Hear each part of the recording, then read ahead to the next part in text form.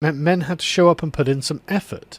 That dynamic has quietly collapsed. We have moved into an era where many men no longer seek women to impress other men or to connect across difference. They perform elsewhere alone. They've filtered us out. Now that is just fascinating to me. That is an absolutely fascinating thing. So this was going around the other day. An article published in the New York Times. Men, where have you gone? Please come back. So many men have retreated from intimacy, hiding behind firewalls and filters and curated personas, dabbling and scrolling. We miss you.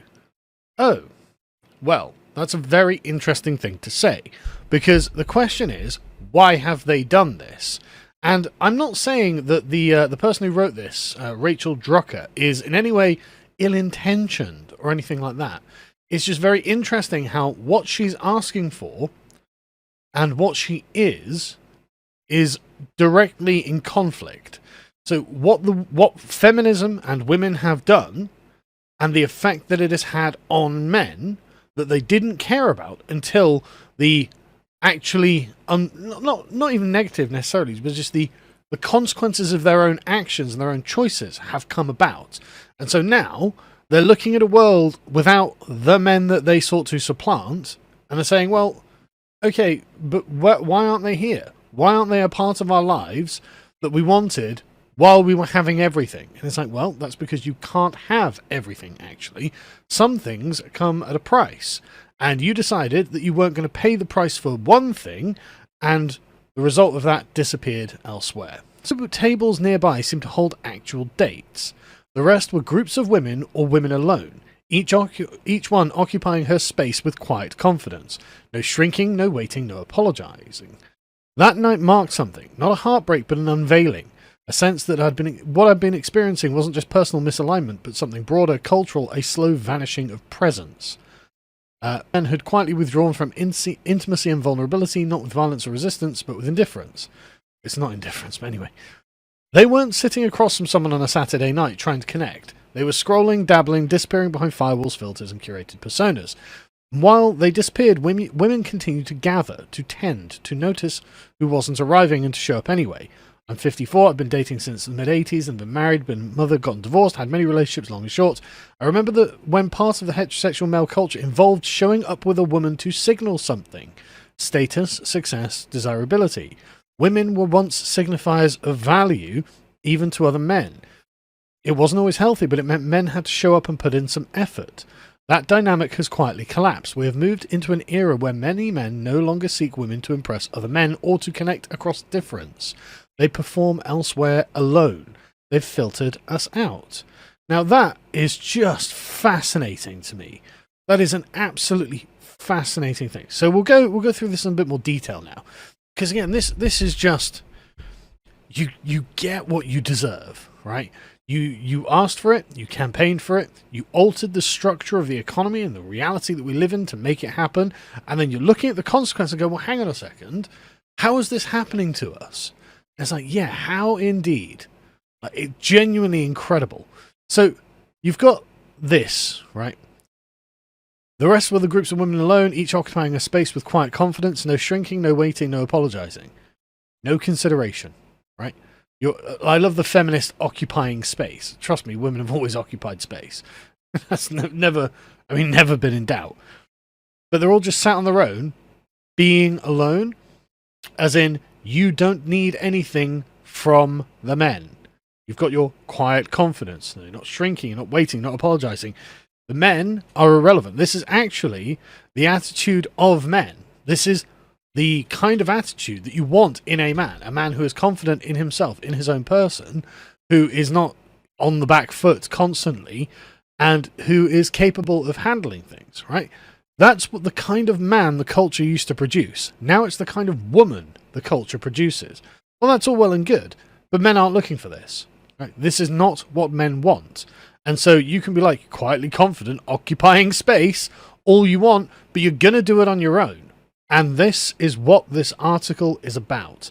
A vanishing of presence. I'm not interested in it. I wouldn't go out with a woman who was like this. Why would I? What does she need from me? Why would I feel necessary to her? How would I feel needed?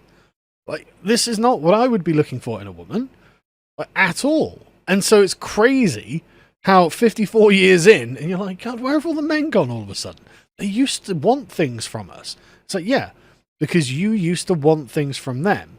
And now it's just, I'd just like you to be here. It's like, okay, but I don't have to be. And that doesn't satisfy what I'm looking for. So I'm not going to be. Right? Once signifies a value, even to other men, it wasn't always healthy, but it meant men had to show up and put in some effort. That's right. It wasn't always healthy. A lot of the time, it could be quite chauvinistic. But it provided something you didn't realize you wanted until you lost it. And now it's gone, and now you don't know what to do.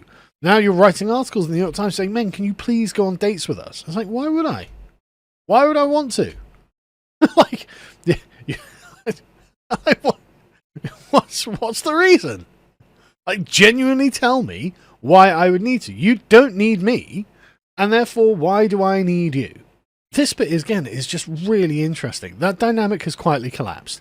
It wasn't that quiet. It was to the sound of screeching harpies going, feminism, patriarchy, manspreading, and all this other bullshit. Me too, right? That got into, okay, well, men are not going to seek to impress women or other men with women, or connect across the difference. Like, they perform elsewhere alone, they've filtered us out.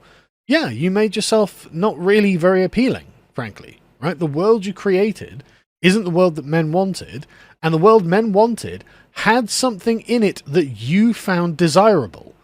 But instead, you decided to weaponize the power of female victimhood to recreate the world in an image you thought was desirable, and in your arrogance and your hubris, you didn't realize that you failed to create a position of honor for men. In fact, the entire feminist movement was about dethroning men from their position of honor and giving that to women.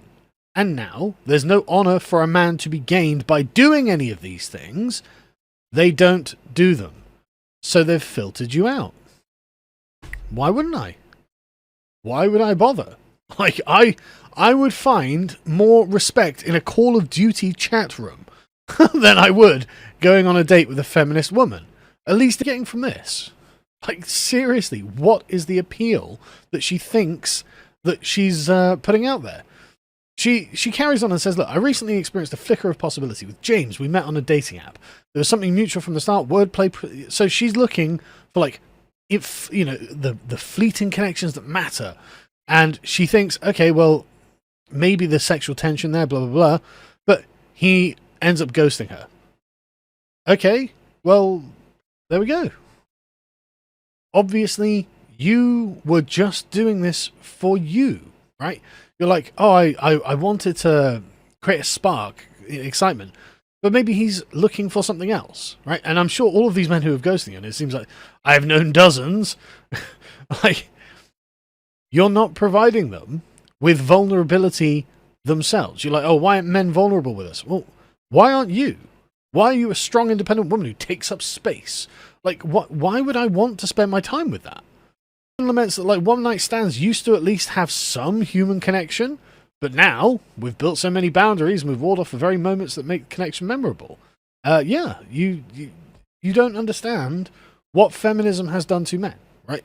You've literally gelded, as C.S. Lewis put it, and bid the geldings be fruitful. You've taken away their manliness, and now he's saying, why aren't you just going to be manly with us?